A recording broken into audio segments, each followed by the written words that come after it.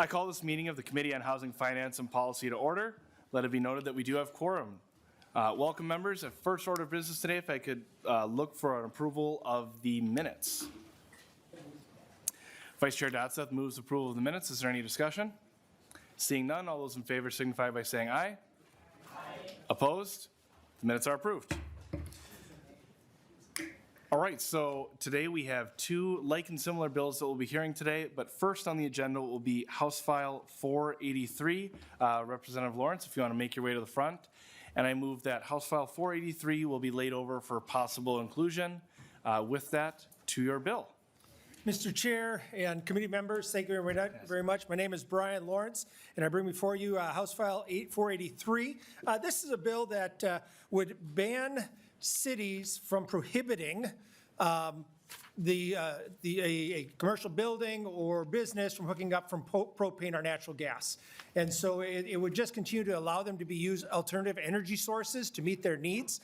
And that's kind of the gist of the bill. It's just one of those things that says if a business so chooses to hook up to the gas that's in the ground or bring a propane tank in and hook up to that, they have the ability to do so, and the city cannot ban them from using this energy source. With that, I also have a testifier with me today that's come to speak, and I'll defer to him and then answer any questions. And Representative Lawrence, I should ask, it looks like you do have an amendment here at the desk. Would you like to move that as well?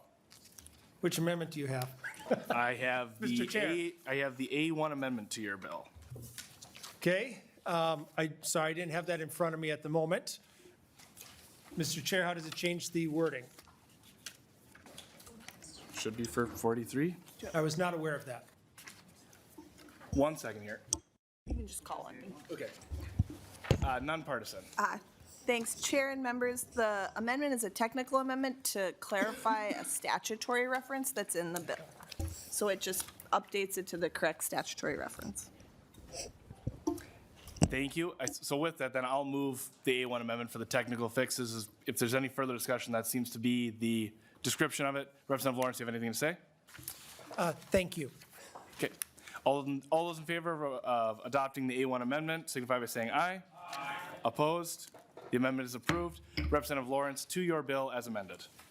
Thank you, Mr. Chair, and I appreciate you being patient and bringing that amendment forward and clarifying what it was for. At this point in time, I just reiterate, this is a ban on natural gas and propane hookups prohibition, so that cities would not be able to ban or prohibit a business or commercial business from hooking up to natural gas that's in the street before them. With that, we've got a testifier with us that I'd like to introduce, Dave Wagner.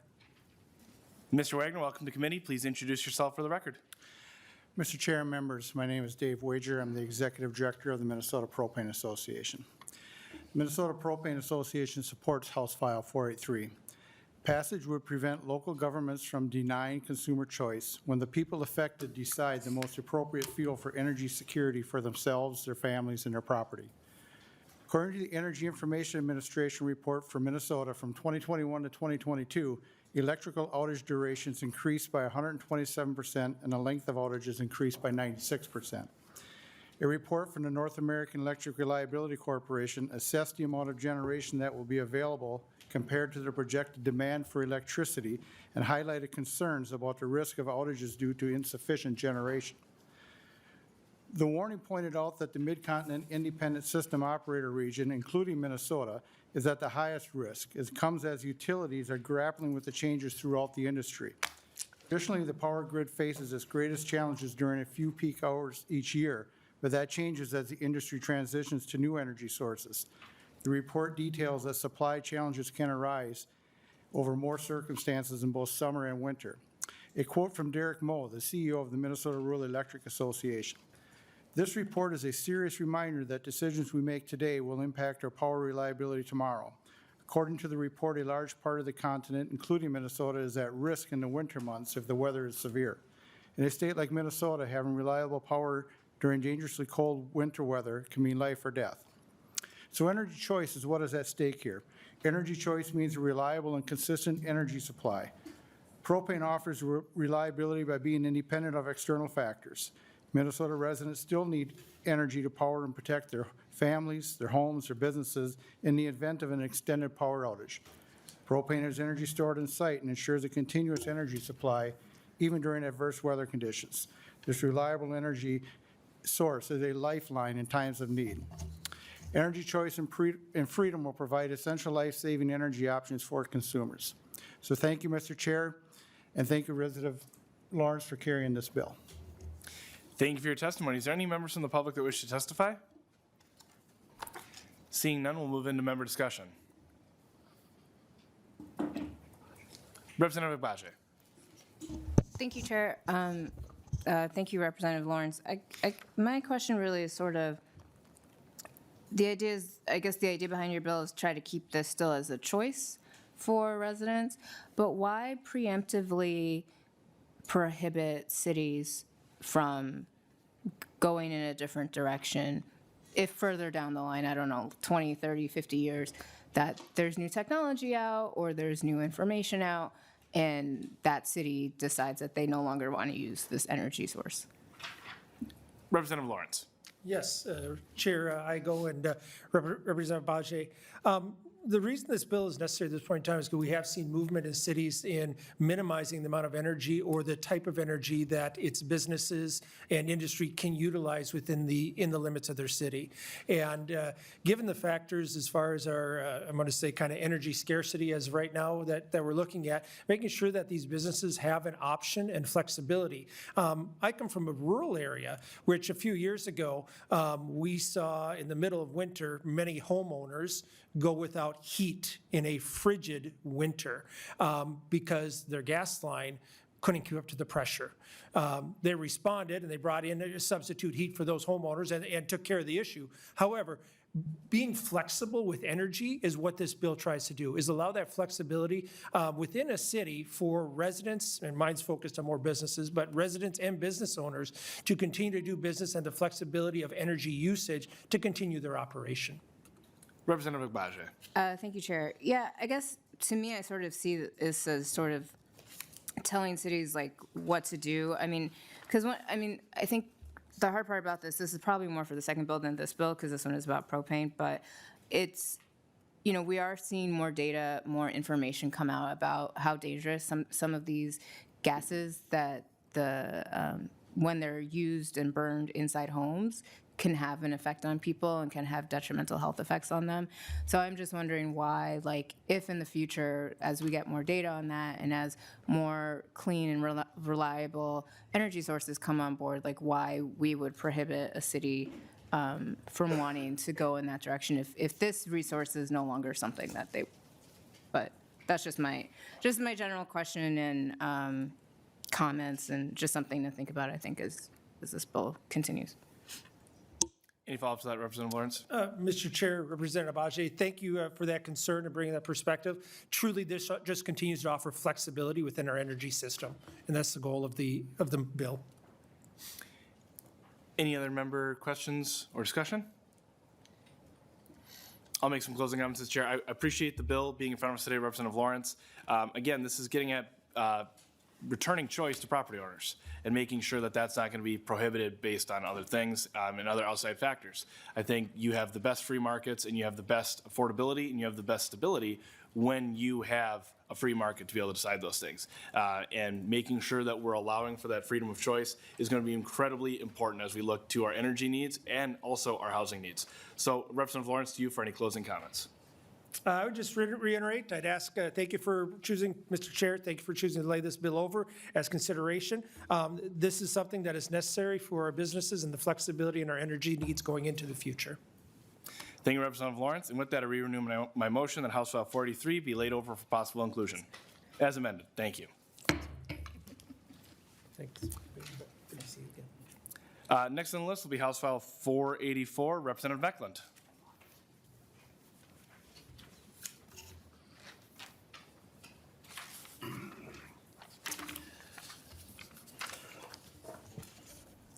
Representative Mekeland, to your bill. Thank you, Mr. Chair. If you'd like to move it, that is. What's that? If you'd like to move your bill, unless you would like me to I move would it for you. like to move 484 to be laid over for future consideration. Thank you, Representative Mekeland. To your bill. To my bill, this is a bill that I've had well over 100 times since I've been here, whether it was in the form of amendment or a bill. This simply would prohibit, much like the last bill you just heard, but running natural gas, or we're connecting natural gas to residential homes. As we find this, we have this new demand for electricity coming about us, number one. Number two, where many of us that live out in rural areas, we are either dependent on natural gas or propane, and for some of us that we do have air source heat pumps, but unfortunately, despite what we heard yesterday in a different committee, they stop working at about zero. And I know this because every time mine stops working, I get a text from somebody saying, you need to tell me how to switch this over again. So, and in fact, back in, I want to say 2012 maybe, there was a shipping issue with propane back then. Was that 2012, give or take? 1213. 1213, and our county building department started to take it upon themselves to say you had to have dual fuel. You couldn't be dependent on solely one source of heat. So it goes to show that we need to have a all-the-above approach for our energy needs, and I think there are a couple people here that would like to testify. Chair Igo. Thank you, Representative Mekeland. First on the list, I have Mark Foster.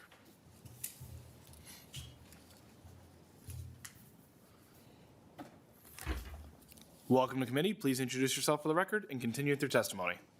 Good afternoon, Chair Igo and committee members. For the record, my name is Mark Foster, and I'm the Vice President of Legislative and Political Affairs for Housing First Minnesota. Happy to be before the committee again. We are a trade group of nearly 1,000 members of the home building industry that have one goal in mind: advancing home ownership opportunities for all Minnesotans. Thanks for the opportunity to testify in support of Representative Mekeland's bill here today. As you all work to legalize more housing options statewide through land use and zoning reform, we appreciate this language today before you as a method of keeping affordable and reliable fuel source options for residential construction legal as well. As the committee is well aware, new construction costs are at an all-time high, and we have a massive supply crunch. So all policies that impact residential construction need to be viewed through the lens of how to improve affordability and how to remove roadblocks to the construction of more housing units. Recent data shows that natural gas is the most utilized fuel source for residential energy use, with data from the U.S. Energy Information Administration showing 65% of residential energy use in Minnesota came from natural gas during 2022. So protecting it as a fuel source option for residential construction statewide for the immediate future is helpful for consumers, for cost savings, and for predictability of development. And finally, mainly, this might be the most important piece, passing this bill should help stop future potential legal challenges, as other cities and states that have passed natural gas bans have been caught up in lengthy and costly legal battles in recent years. So for these reasons, we urge you to support the bill, and thank you for the opportunity to be before the committee. Thank you, Mr. Foster. Is there anyone from the public who wishes to testify? You don't have to if you don't want to. You can. Yes. Mr. Wagner would like to speak out on this as well. Wager. Mr. Wagner, please introduce yourself again and please continue to testify. Chair Igo and members, again, my name is Dave Wager. I'm the Executive Director of the Minnesota Propane Association, and we also support House File 484, even though we are the propane industry. The passage of this bill would prevent local government units from denying consumer choice. This bill isn't about mandating an energy source for a home, but rather not allowing a mandated energy source for a home to be imposed. Mandating a single energy source for a home carries risk and may cause intended harm if the single energy source fails. I have a quote from Mark Timmer, the Midwest Reliability Organization Principal Technical Advisor, in his 2024 Regional Risk Report. Headlining the regional risk is uncertain energy availability, which has elevated from a high risk in 2023 to an extreme risk in 2024. This is the first time in the assessment's history that a risk has risen to an extreme priority. A reliable bulk power system requires generating resources to produce the necessary amount of energy to manage electricity demand at any given time.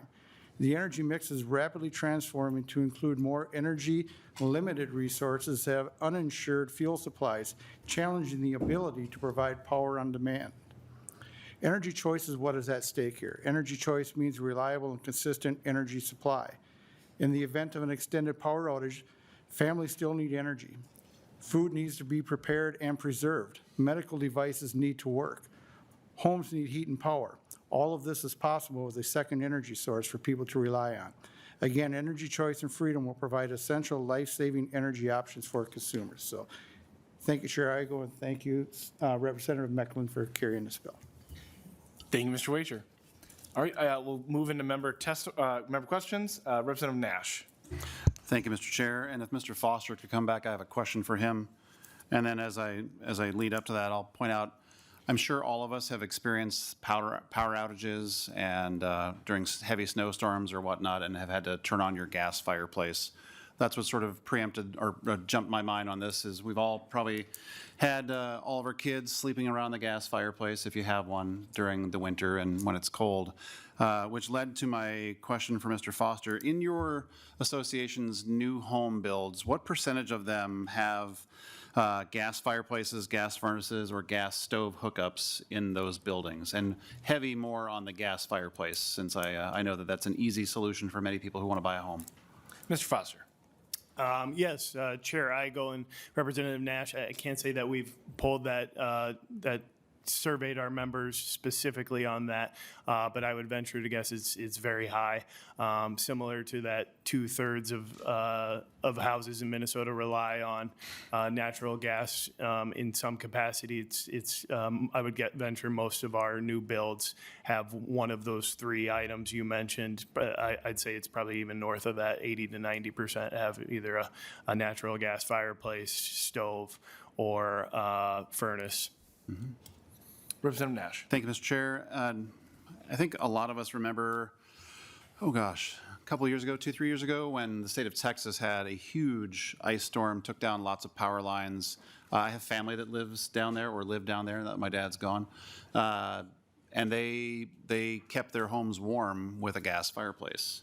And I think that the two bills that we've heard here today are very much akin to some of the stuff that we've been working on in other bills, is that we want to provide choice to the consumer, particularly for the bill that I'm carrying that I think some of you are co-authors on, is the aesthetic mandate. We're providing people who want that to be able to buy that if that's what their choice is. And I think that creating a preemptive piece of ordinance or piece of legislation that says you can't ban that, we're opening up the free market to provide options for these people who would like to buy or install a gas fireplace. You know, my wife loves a gas fireplace from about, I don't know, September through now, and it's just a really great option. And even though I get down to a T-shirt, she makes her happy. And I think that that's a really good thing for us to provide for the people who live in the state of Minnesota, to say, if you so choose to have this option in your home, we are not going to have a city preemptively remove that. So thank you, Mr. Chair. Any other member discussion? I'll make some, Representative Agbaje. Thank you, Chair. So I'm still coming at this from the health angle about this, just because I do have a gas stove. A lot of people have gas stoves. A lot of people rely on gas stoves and gas for their heating. But we're just getting to a point where there is a lot more information coming out about how that is actually becoming more of a health hazard for a lot of people. And so here in housing, I think one of the things to think about is, like, how do we make sure we have healthy housing for folks, right? And so I am concerned because the byproducts that come off from using natural gas and from using, other gas appliances and things like that, really just lead to, exposure to nitrous oxide, exposure to carbon monoxide, exposure to particulate matter, and all of those lead to respiratory issues like asthma. They lead to cardiovascular issues. And so when we're thinking about the type of housing we want to build, I'm hoping that we're also thinking, how do we make sure that they're efficient, using energy well, and that they're not making the people who move into them sick. And so that's really where my concern with this bill comes. I'm not saying that, there are cities right now that want to ban this in Minnesota. I don't think any city in Minnesota has yet to do that, but other places have been looking at this, and though it hasn't really quite gone anywhere yet because of various interaction with the court system, I think it is something that people should still continue to be aware of kind of what they're getting into when they purchase gas appliances.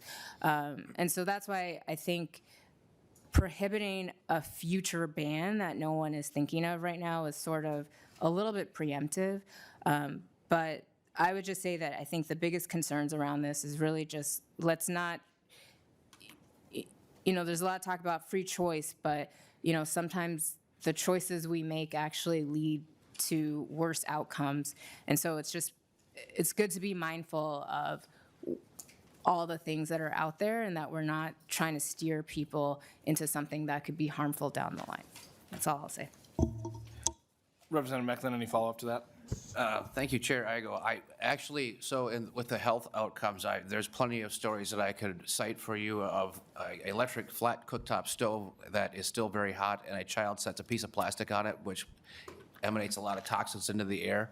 We could talk about the 1999-2000 build 'em tight, ventilate 'em right, when the air quality of the interior, the envelope of the home is now actually 80 times worse than the ambient air outside. So then we put in these mechanical air-to-air exchangers, which 10 years later, they spontaneously combusted, and Maple Grove's fire department put out a memo on this and threw toxins throughout the entire house because the entire interior of it's all made of plastics. I suppose if there's a lot of people that burn candles that are putting CO2 potentially in the air, but that's the beauty of why we have a mandate that says you must have smoke alarms and CO2 detectors in your home within 10 feet of all doorways of a bedroom.